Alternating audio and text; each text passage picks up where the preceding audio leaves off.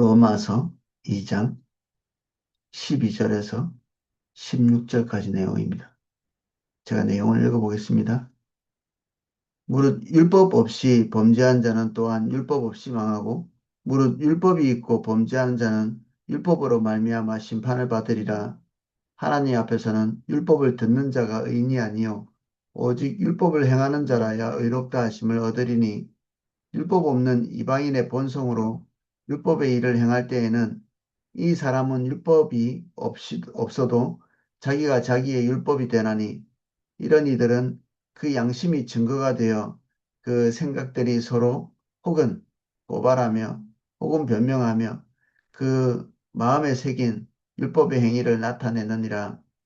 곧 나의 복음에 이른 바와 같이 하나님이 예수 그리스도로 말미암아 사람들의 은밀한 것을 심판하시는 그날이라. 아멘. 12절입니다. 율법 없이 범죄한 자는 또한 율법이 없이 망하고 무릇 율법이 있고 범죄한 자는 율법으로 말미암아 심판을 받으리라. 12절을 보면 율법이 있으나 없으나 똑같이 망하는 결과로 이렇게 종결이 되죠.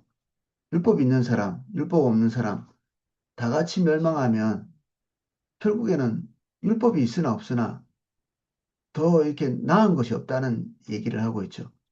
이건 이제 유대인들에게 집중해서 하는 말인데 유대인들이 기대하고 있고 또 바라고 또 그들이 가지고 있는 생각은 그들은 율법을 가지고 있기 때문에 하나님과 더 가깝고 율법을 가지고 있기 때문에 하나님 나라에 들어가는데 더 우월적 위치에 있을 거라고 기대하는 거죠. 저는 가끔 이제 놀랄 때가 있는데 이 포도나무 교회도 아니고 세물교회 선교회도 아닌데 우리가 그렇게 들어왔던 신앙의 본질, 하나님을 알고 사랑하고 주님의 인도를 따라가는 하나님의 음성을 듣고 그분께 순복하고 그리고 그 결과를 매일 맛보는 이런 사람들이 세물교회 선교회도 아니고 포도나무 교회도 아닌데 심심치 않게 만나거든요. 소위 하나님의 사람으로 인식되어지는 그런 사람들을 만나는 거죠. 근데 또 반대로 이렇게 보면 그것을 푸지기수로 듣고 이 수십 년 때로는 정말 처음에 초창기부터 이 지금까지 있었던 그러한 사람들의 삶도 단 1cm도 진보하지 못하는 이게 어마어마한 충격이죠. 어떻게 신앙의 본질에 대해서 이 들어온 세월이 이 엄청난 세월인데 지금 와서 이렇게 뭔가 이렇게 전혀 깨닫지 못한 사람처럼 한 번도 듣지 못한 사람처럼 실질적인 주님과의 관계보다는 사람들이 몰려가는 그 몰려감에 치우쳐가지고 거기 따라서 나락으로 빠져가는 마치 아무것도 듣지 못한 사람처럼 그렇게 사는 여기에 말한 것도 똑같죠. 유대인들이 하나님의 율법이 자신에게 생명을 준다고 생각하고 거기에 떨어질까 봐 몸부림치는 그 사람들. 그런데 어떨 때는 그 사람들보다 그것을 한 번도 듣지 못한 로마 사람이 또는 이방 사람들이 유대인보다 더 유대인 같고 유대인보다 더 신에 대한 경외심이 있는 경우가 심심치 않게 있는 거죠. 사도 바울도 아마 그런 것들 목격한 것 같아요. 목격했으니까 야, 율법이 없이 망하는 사람도 있지만 율법이 있고 망하는 사람이 있고 율법 때문에 하나님 앞에서 그래도 분투하고 의롭다는 지점, 그래도 뭐 완전하진 않지만 그런 지점에 가는 사람이 있고 도대체 율법이 없는 사람이 어떻게 저렇게 살까? 그렇게 삶이 그런 사람도 종종 만나는 거죠.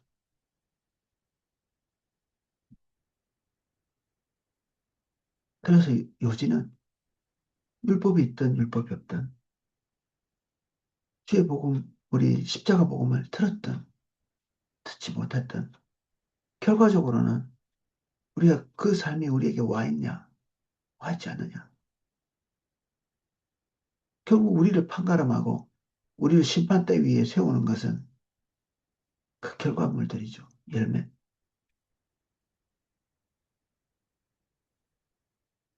하나님 앞에서는 율법을 듣는 자가 의인이 아니요 오직 율법을 행하는 자라야 의롭다 하심을 얻으리니 우리가 그 율법 앞에 섰다고 그 메시지 앞에 섰다고 우리가 의롭게 되는 것이 아닌 율법이 없는 이방인이 본성으로 율법의 일을 행할 때에는 이 사람은 율법이 없어도 자기가 자기의 율법이 되나니 이런 사람들은 양심이 그 양심이 증거가 되어 그 생각들이 서로 혹은 고발하며 혹은 변명하여 그 마음에 새긴 율법의 행위를 나타내느니라.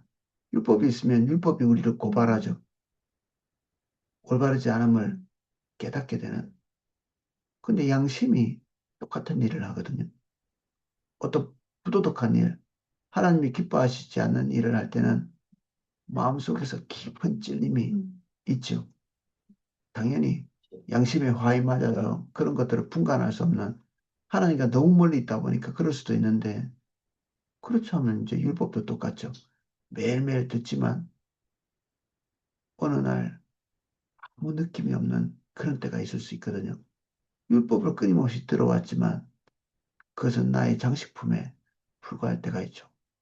그러면 양심이 화에 맞은 것이나 그리고 소위 죽은 정통주의라고 말하는 것처럼 아주 올바른 말씀이 우리에게 선포되고 있지만 그것이 나에게 아무런 영향을 끼치지 못하는 그런 처지에 있는 제일 불쌍한 처지, 그 양쪽 다 하나님 앞에서 중대한 심판으로 들어가게 되는 처지죠. 사도 바울이 지금 말하고자 하는 것은 그것입니다. 양심이든 율법이든 우리를 구원받게 하는 데는 조금 더 효력이 없다는 걸 얘기하는 거죠. 우리가 설교를 듣죠. 오늘도 이렇게 설교를 듣고 있는 아침에 제가 이걸 묵상하면서 또 뭐 깨닫는 바도 있고 우리는 주일에도 설교를 듣고 여러 방면을 통해서 하나님 앞에서 서 있으면서 뭔가 이렇게 기울어져 있는 부분, 주님을 떠나 있는 부분들을 발견하게 되는데 그때 우리는 깜짝 놀랄 때가 있거든요. 아, 내가 하나님으로부터 이렇게 떨어져 있구나. 떨어져 있을 때를 발견하게 되면 우리는 대체로 몸부림쳐서 거기서 벗어나려고 하거든요.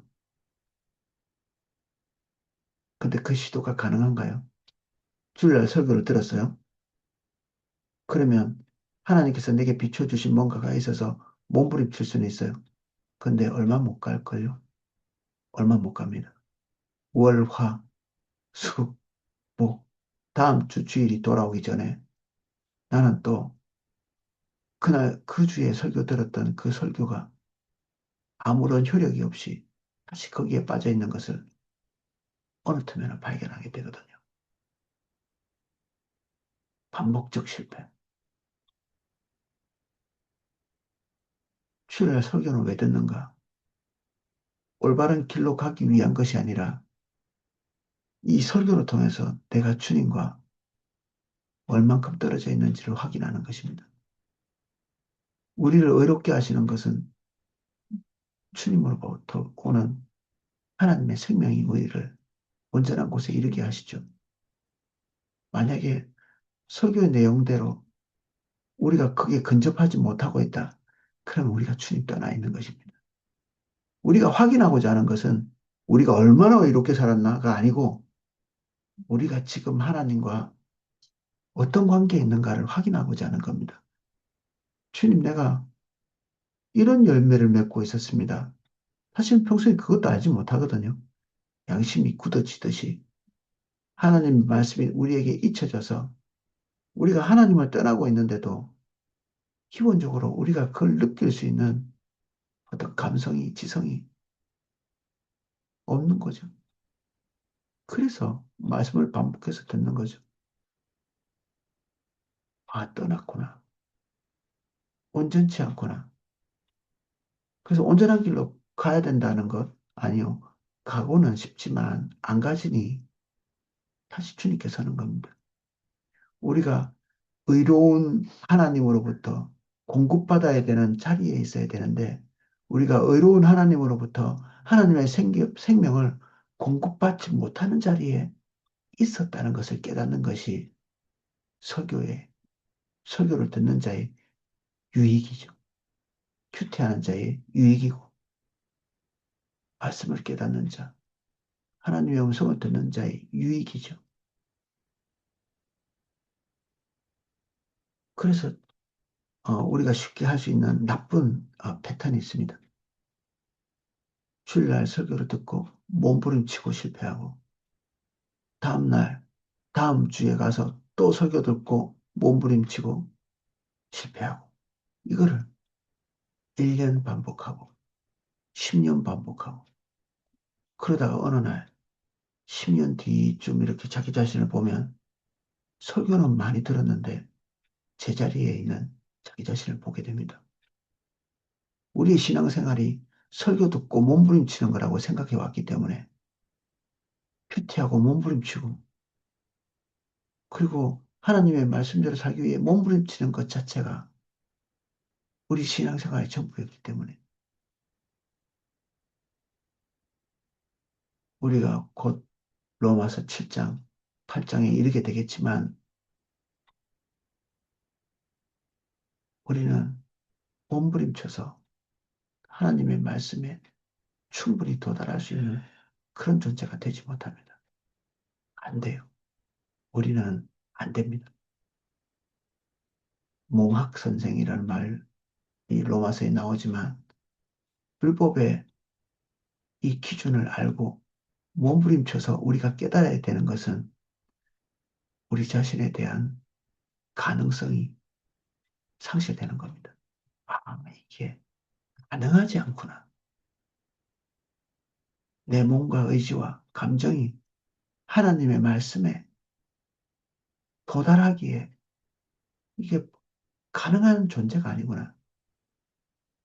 나로서는 의를 이룰 수 없구나. 내가 내 안에서 산출한 의로 하나님 앞에 설 수 없기에 내가 하나님 앞에서 의롭다고 여김 받을 수 있는 어떤 의가 필요하구나. 결국 우리는 예수 그리스도 앞에 서게 됩니다. 그분의 십자가, 대속의 은총, 그분이 우리에게 수여하시는 그 십자가에서 이미 죄의 값을 치른 우리는 예수 믿고 깨끗한 삶을 살아서 하나님께 이 더 흡족한 존재가 되는 게 아닙니다. 예수님을 믿는다는 것은 그분의 의를 받아들이고 나의 의를 의지하지 않는다는 겁니다. 그분의 의가 내게 전부임을 하나님 앞에 시인하고 깨진 모습으로 주님 앞에 있는 거죠. 하나님 앞에. 그래서 내 의를 기대거나 내 자원을 의지하거나 이게 우리 삶에서 붕괴가 되어야 됩니다. 붕괴라는 단어를 일부러 썼는데 이게 자기의 자원 앞에서 이렇게 서보면 분투해보면 붕괴를 경험하지 않을 수가 없습니다. 이 뭐 우리 옛날에 그 LA에서 그 쌍둥이 빌딩이 이렇게 붕괴되는 걸 우리가 봤잖아요. 위에서부터 아래로 그냥 쿵쿵 하면서 완전히 무너지는. 다시 세울 수 있나요? 못 세우죠. 우리가 위에서부터 아래로 완전히 그 붕괴하는 음식 이렇게 못 세웁니다. 절대로. 그러니까 시도를 안 하는 게 그게 맞습니다. 우리에게는 선한 것이 없구나. 선한 것이 없구나. 선한 것이 없을 뿐 아니라 가능성도 없구나. 그러면 주님 앞에 나갈 때마다 예수 그리스도의 의를 몸부림쳐서 붙들 수밖에 없습니다. 주님 제가 이거밖에 없습니다. 예수 그리스도의 십자가. 나를 위해서 십자가 지시고 나를 위해서 대속하시고 나를 위해서 저주받으신 예수 그리스도 붙들고 내가 그 위에서 못 박혀서 주님께 발견되기 원합니다. 저 이미 죽었습니다. 예수님 안에서. 저 이미 예수 그리스도 안에서 저는 사라지고 예수 그리스도만 삽니다. 그래서 저주받을 나 자신은 십자가에 가리고 예수 그리스도 아래서 하나님을 대면하는 거죠. 그분은 예수 그리스도의 십자가 아래서 우리를 보게 되시고 우리를 의롭다고 칭하실 것입니다. 그분이 하나님의 아들을 믿는 믿음 안에서 사는 삶을 우리에게 수여하실 것이고 우리는 그 안에서 우리는 도무지 할 수 없는 하나님의 길을 가게 하실 겁니다. 이거는 노력의 세계가 아닙니다. 죽고 다시 사는 삶입니다. 몸부림치는 세계가 아니라 완전히 버리고 새 것을 얻는 삶이죠. 사도 바울이 이거 말하고 싶은 거죠. 율법 있냐? 좀 양심적이냐? 너 몸부림쳐서 살았냐? 그런 걸 얘기하지 않습니다. 그게 아무것도 아니거든요. 그건 나의 복음에 이른 바와 같이 나의 복음 이게 뭐 자기가 십자가에 못 박혀 죽은 것도 아니잖아요. 근데 나의 복음이라고 하는 것은 다른 것들 전하지 않는 겁니다. 제가 방금 말씀드린 예수 그리스도의 십자가 요것만 요것만 전한 거죠. 나의 복음 이것 율법도 양심도 도달할 수 없는 그곳에 있는 예수 그리스도의 십자가 그것에 이른 바와 같이 하나님이 예수 그리스도로 말미암아 하나님의 은밀한 것을 심판하시는 그날이라 예수 그리스도 안에 있지 않으면 모든 것은 심판날에 다 소멸되게 되어 있습니다. 몸부림친 사람, 몸부림 안 친 사람, 차별도 없이 너무 불공평한 거 아닌가? 쓸데없는 노력을 하는 겁니다. 쓸데없는 노력. 우리는 종교적인 몸부림이 크게 달할수록 다른 사람의 앞에서 더욱 교만해지고 다른 사람을 더 증오하고 미워하고 벽을 세우고 이럴 가능성이 항상 우리 안에 더욱 넘쳐 오릅니다. 예수 그리스도께서 바리새인들에게 찬사를 보내시지 않았죠. 그들의 몸부림은 꽤 괜찮았거든요. 유대인들, 그들의 몸부림이 꽤 괜찮았습니다. 그래서 그게 어쨌단 말이냐. 그게 구원받을 만큼 그 위치에 너를 도달하게 했느냐. 그걸 묻고 또 묻죠. 묻고 또 묻습니다. 그런 식으로 할 것 같으면 내가 누구보다도 잘한다. 사도 바울이 본인이 고백한 겁니다. 내가 누구보다도 너희들처럼 몸부림치는 거 잘해왔고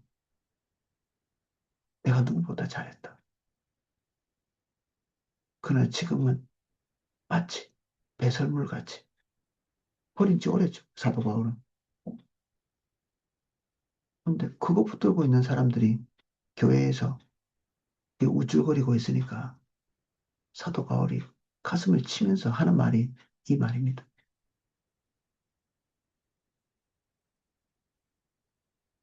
교회 다니는 거는 착한 사람 되려고, 의로운 사람 되려고, 양심적인 사람 되려고 교회 다니는 게 아닙니다. 신앙생활도 그것이 아닙니다. 우리가 주님 앞에 있는 거는 하나님의 사람이 되기 위해서입니다. 하나님의 사람, 예수의 사람,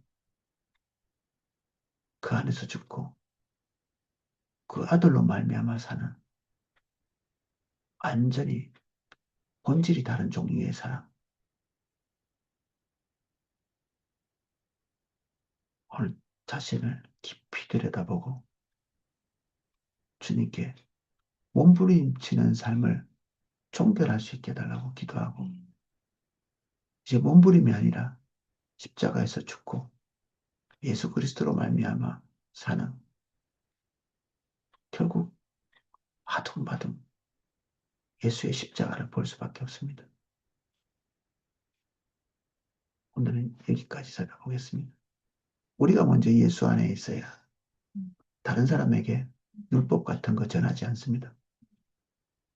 우리가 율법주의 안에 있으면 결국 다른 사람에게 교회 오자마자 그런 거 전할 수밖에 없습니다. 우리가 죄인됨을, 그러니까 이 죄인이라는 것은 개선할 수 있는 죄인이 아닙니다. 개선 불가한 죄인. 우리에게 올 사람들도 개선 불가한 죄인들이 올 겁니다. 몸부림치다가 지쳐서 올 것이고,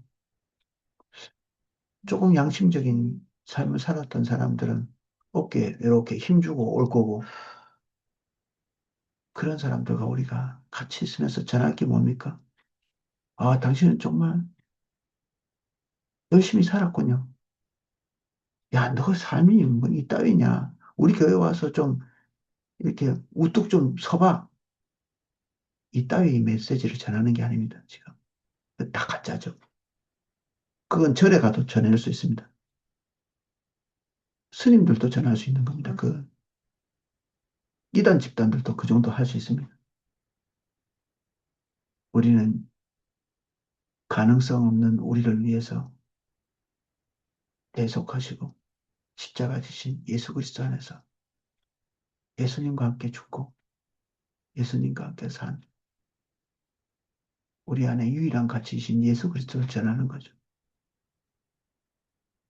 누구에게든 겸손할 수밖에 없고 누구에게든 울면서 우리 예수님을 말할 수밖에 없는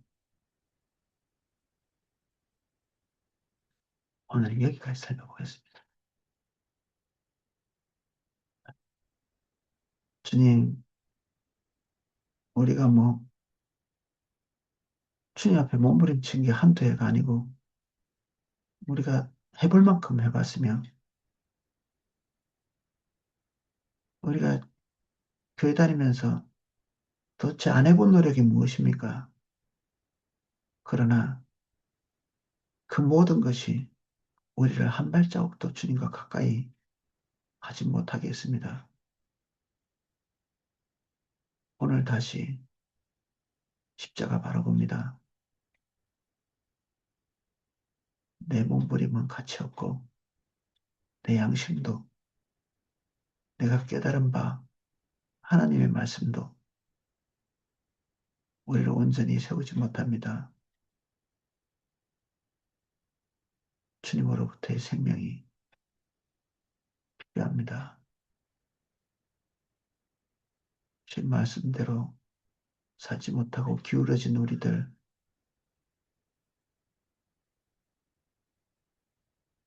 예수 그리스도의 하나님의 아들의 그 십자가 안에서 다시 살게 해주십시오. 주의 의로우심을 우리에게 그의 생명을 우리에게 더 풍성히 기름 부어 주십시오.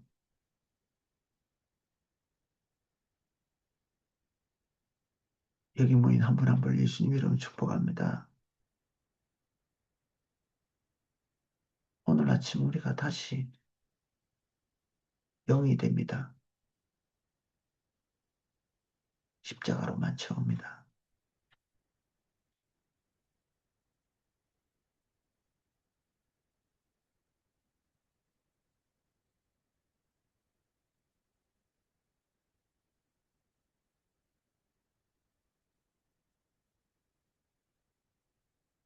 예수님 이름으로 기도합니다. 아멘.